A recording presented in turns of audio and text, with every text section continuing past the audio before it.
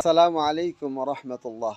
প্রিয় বন্ধু, আপনিও হতে পারেন আলেমদের সম্মানে সম্মানে ভূষিত, আপনিও হতে পারেন আলেমদের সম্মানে সম্মানিত। কারণ রসুল সাল্লাল্লাহু আলাইহি সাল্লাম আমাদের একটি পদ্ধতি শিখাই দিয়েছেন। একবার রসুল্লাহ সাল্লাল্লাহু আলাইহি সাল্লামকে জিজ্ঞাসা করা হলো, ইয়া রসুলাল্লাহ, একজন মানুষকে কখন আলেম বলে গণ্য করা হবে? রাসূলুল্লাহ সাল্লাল্লাহু আলাইহি সাল্লাম বললেন, যেই ব্যক্তি আমার পক্ষ থেকে 40টি হাদিস মুখস্থ করবে বা সংরক্ষণ করবে এবং তা মানুষের কাছে পৌঁছাবে, সে কাল কিয়ামতের ময়দানে, হাসরের ময়দানে আলেমদের কাতারে সম্মানিত হইবে। সুবহানাল্লাহ। আর আমি তাদের জন্য সুপারিশকারী হব। সুবহানাল্লাহ। তাই আসুন, এই রমজানে আমরা 40টি হাদিস মুখস্থ করি এবং তা মানুষের কাছে পৌঁছানোর চেষ্টা করি। আল্লাহ রাব্বুল আলামিন আমাদেরকে তৌফিক দান করেন। আমিন। আসসালামু আলাইকুম রহমতুল্লাহ। প্রিয় বন্ধু, সরওয়ারে কায়নাত তাজদারে মদিনা আহমদ মুস্তাফা সাল্লাল্লাহু আলাইহি সাল্লাম তওবা প্রসঙ্গে বলতে যেয়ে বললেন, হে লোক সকল, তোমরা বেশি বেশি আল্লাহর কাছে তওবা করো, ঈমান ও নেক আমল নিয়ে আল্লাহর দিকে প্রত্যাবর্তন করো। জেনে রাখো, আমিও প্রতিদিন 100 বার আল্লাহর কাছে তওবা করি, অথচ রব্বুল আলামিন আমাকে আগে পিছের সমস্ত গুনাহ মাফ করে দিয়েছেন। সুবহানাল্লাহ। এ সত্ত্বেও আমি 100 বার আল্লাহর কাছে তওবা করি।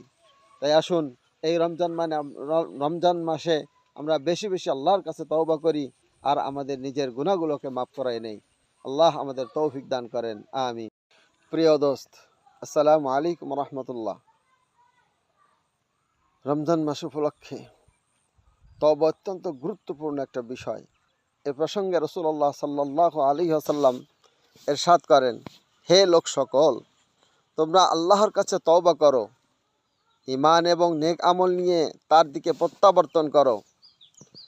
আমিও প্রতিদিন দৈনিক 100 বার আল্লাহর কাছে তওবা করি, অথচ আল্লাহ রাব্বুল আলামিন আমার পিছন ও সামনের সমস্ত গুনাহ মাফ করে দিয়েছেন। তাই আসুন, রসুলের শিক্ষার আদর্শ আমরা নিজেদের মধ্যে ফিট করি এবং আল্লাহর কাছে তওবা করি, আমাদের জীবনের সমস্ত গুনাহকে মাফ করিয়ে নিই। আল্লাহ আমাদের সকলকে তৌফিক দান করেন। আমিন। আসসালামু আলাইকুম রহমতুল্লাহ। তওবা প্রসঙ্গে আরও রাসূল সাল্লাল্লাহু আলাইহি সাল্লাম বলেন,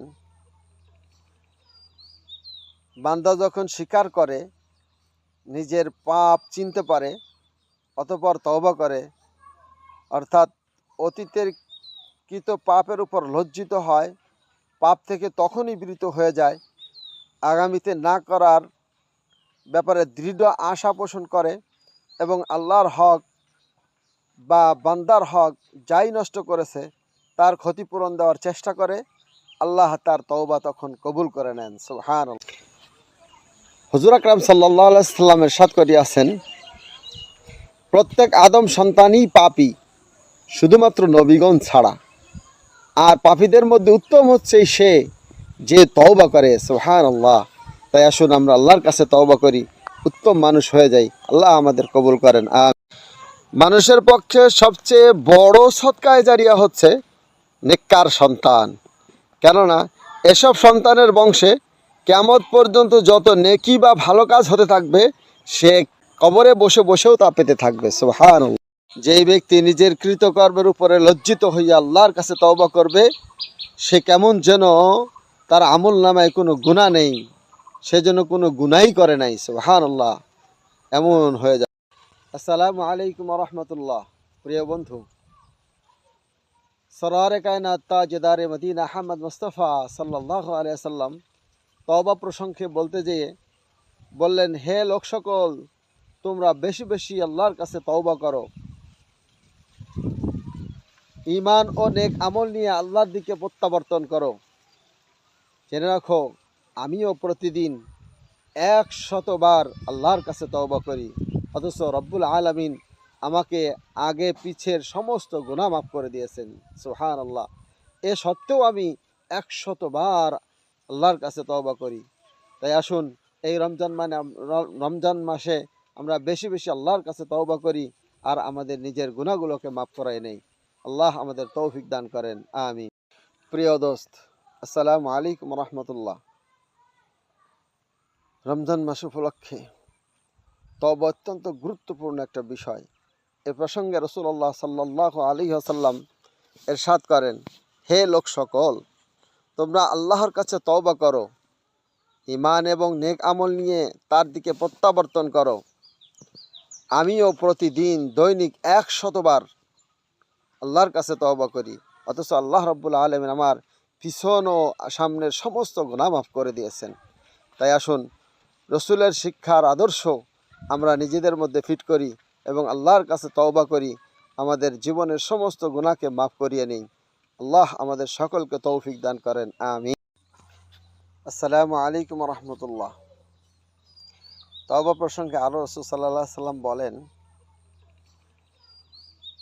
বান্দা যখন স্বীকার করে, নিজের পাপ চিনতে পারে, অতঃপর তওবা করে, অর্থাৎ অতীতের কৃত পাপের উপর লজ্জিত হয়, পাপ থেকে তখনই বিরত হয়ে যায়, আগামীতে না করার ব্যাপারে দৃঢ় আশা পোষণ করে এবং আল্লাহর হক বা বান্দার হক যাই নষ্ট করেছে তার ক্ষতিপূরণ দেওয়ার চেষ্টা করে, আল্লাহ তার তওবা তখন কবুল করে নেন। সুবহানাল্লাহ।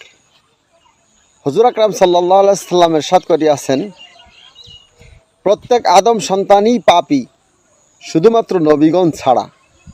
আর পাপীদের মধ্যে উত্তম হচ্ছে সে যে তওবা করে। সুবহানাল্লাহ। তাই আসুন আমরা আল্লাহর কাছে তওবা করি, উত্তম মানুষ হয়ে যাই। আল্লাহ আমাদের কবুল করেন।